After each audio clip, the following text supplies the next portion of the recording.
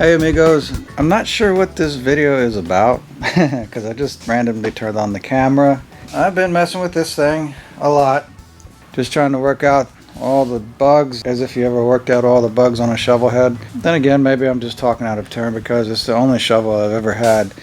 But I have plans, or we have plans, to go to Born Free, Texas 2023, and second to the last weekend of October. And I want to ride this bike right here to that event, if I can, if I feel comfortable enough with it. Since the last time I've seen you guys, I've since put in new clutches in the clutch basket, new clutch springs, a new spring plate, and of course I've done the whole open belt primary thing. Got a new pedal up here. This is a Prism Supply pedal, chopperware hardware for a clutch arm, and oh yeah, and also for a shifter, which it didn't come this way. I had to make some bends to make it work because it's meant for a rigid frame application with a different kind of tank, so I made it work, and it works pretty good, you know. But another thing I've been wanting to do on this shovel head is, being that it is now a kick only motorcycle, I've been having some issue with my kicker pedal. Sometimes it would just let go when I'd go to kick it, you know, when I'm putting some force on it, and it's always unexpected when it does it. And Kenny at Scooters says that it's probably this thing right here. So I'm gonna have to go into my kicker assembly and replace this, but it may not just only be this, you know, it may be some old worn gears, I'm not sure, but I don't want that breaking on me if I take it to Texas, you know, on the way to or from Texas, you know, so I want that to be in tip-top shape. Hey, look, it's several days later, or more like weeks later, and I don't really remember what all I just said because that's how much time has just elapsed, but this is what I've done. Well, kind of sort of what I've done. Started me a little project where I'm trying to fix my saddlebags. As you can see here, try to patch up some seams that have come apart, and this stuff is tearing apart as I make a lace or a stitch through it, which it may hold anyway compared to what it looked like with that gap. It was way long, but anyway, it kind of reminded me of a biblical concept where Jesus said you can't sew a new garment onto an old lest you tear the old. Anyway, that kind of gave me a little bit of a revelation. Well, not revelation, but it reminded me of a good spiritual truth. Anyway, it has to do with the old and the new covenant, you know. Anyhow, this one right here is got a hole in it too, but I might use it anyway. I just want to get it used to being used, or at least get a few more miles out of it so that I can ride it to Born Free. Well, I'm sorry, not ride that, but put it on this motorcycle over here that's up in the air once again. Just like all shovels like to be on the rack, but I want to use those bags on that bike. What I'm doing on this bike, as you can see here, check this out. I got a bunch of stuff here: clutch hub, the basket, all the roller bearings that ran on the hub, and I put a new sprocket on here, and a brand new sprocket over here, though you can't tell because it's got grease all over the teeth, because I just ran it to the stop sign and back with the old chain. Well, the old chain is not really all that old, but there is some wear on it, so, you know, my conscience was just bothering me a little bit about using new sprockets on old chains, just like trying to sew on a new garment onto an old garment. Stuff's going to wear out real fast. So I'm putting on new sprockets on the wheel and on the transmission. So I have a new chain, which happens to be an X-ring chain from tcbros.com. Nah, they're not sponsoring the channel. Wouldn't that be cool if they did? I guess I'd really have to get on the ball as far as making videos again like it has been. But hey, check it out. They made good stuff. And I'm going to put this chain on that bike.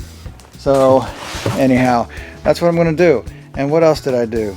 Oh yeah, I also noticed, this is really funny. Watch this. If you look, there's like oil and stuff on it, right? You know, I mean, especially on the backside, it's just wet with oil. And I thought to myself, man, as I pull that sprocket off, you can't see it right now because I got the new sprocket on here, but the shaft that this is on, the seal behind it at one time had, you know, started leaking.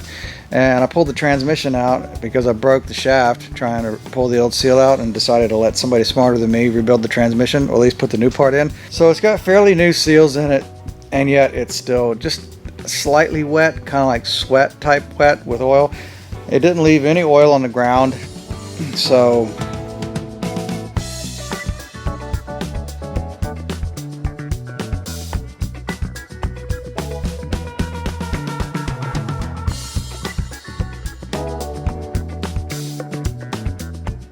okay amigos, So far I haven't really known how this video was supposed to go because of just, I don't know, but I know that you guys really would like to hear from me in such a way.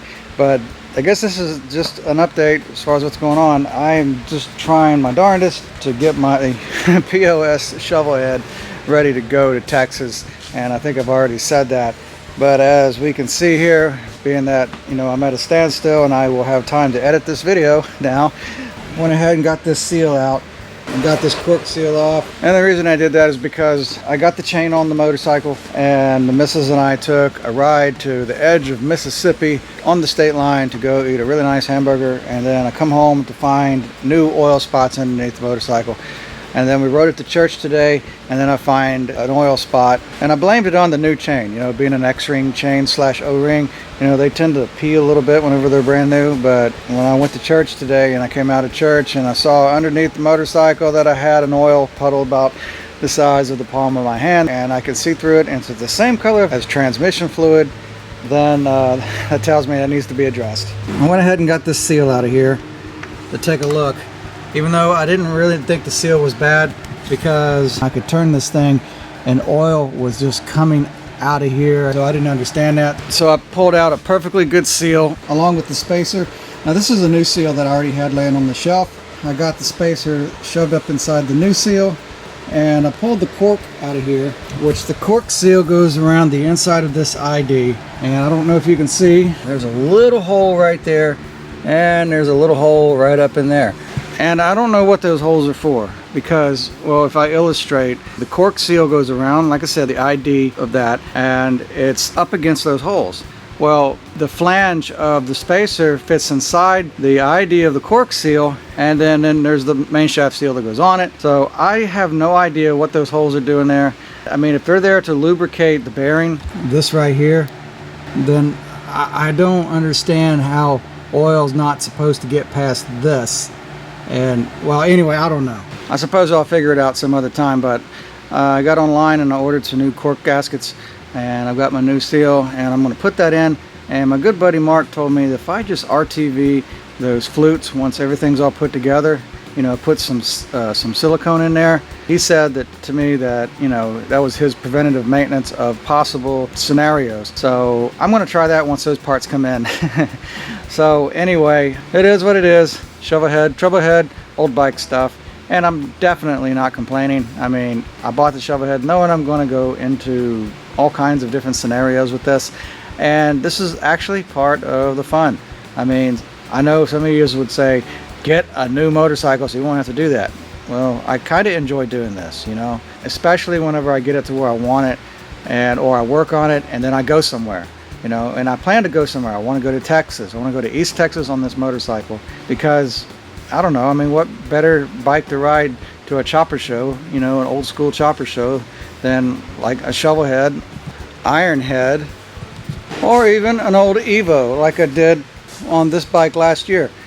But man, it was so cool to be at that event and saw all the old bikes. I mean, it wasn't just bikes that people brought for the show, it was also bikes that people rode to the show. I mean, they had their bikes loaded up, and these are old bikes, to come to this get-together and just have a good time, you know, hanging around a bunch of old antiquity. So anyway, I have a lot to do. I'm going to fix that leak, hopefully. That is, hopefully it's a success. And then I need to replace the lifter block gaskets here, and upon doing that, for the 56th time, I'm going to replace my push rod tube seals, because I've had those push rods in and out so many times, trying to figure out the adjustment, messing with lifters, and also I've had those lifter blocks off so many times but kept reusing the same gasket.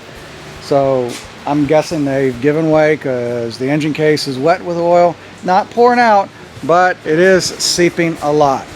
So, I mean, I say a lot, it's not leaving oil on the ground, but I just don't like it, especially when the sun hits it. I think part of it too is this oil line I put on here. This is the hose, and I think it's leaking right down here at this fitting. The light's terrible, but anyway, I may just go ahead and put this old school line back on there. Actually, it was working okay, but anyway, I guess there's a reason why they were designed the way they were. But I guess that's that, and you guys get an idea. So anyway, as always, you guys keep the rubber side down and be good to yourselves, will you? And maybe I'll see you in Texas. Who knows? And, oh yeah, thanks a lot.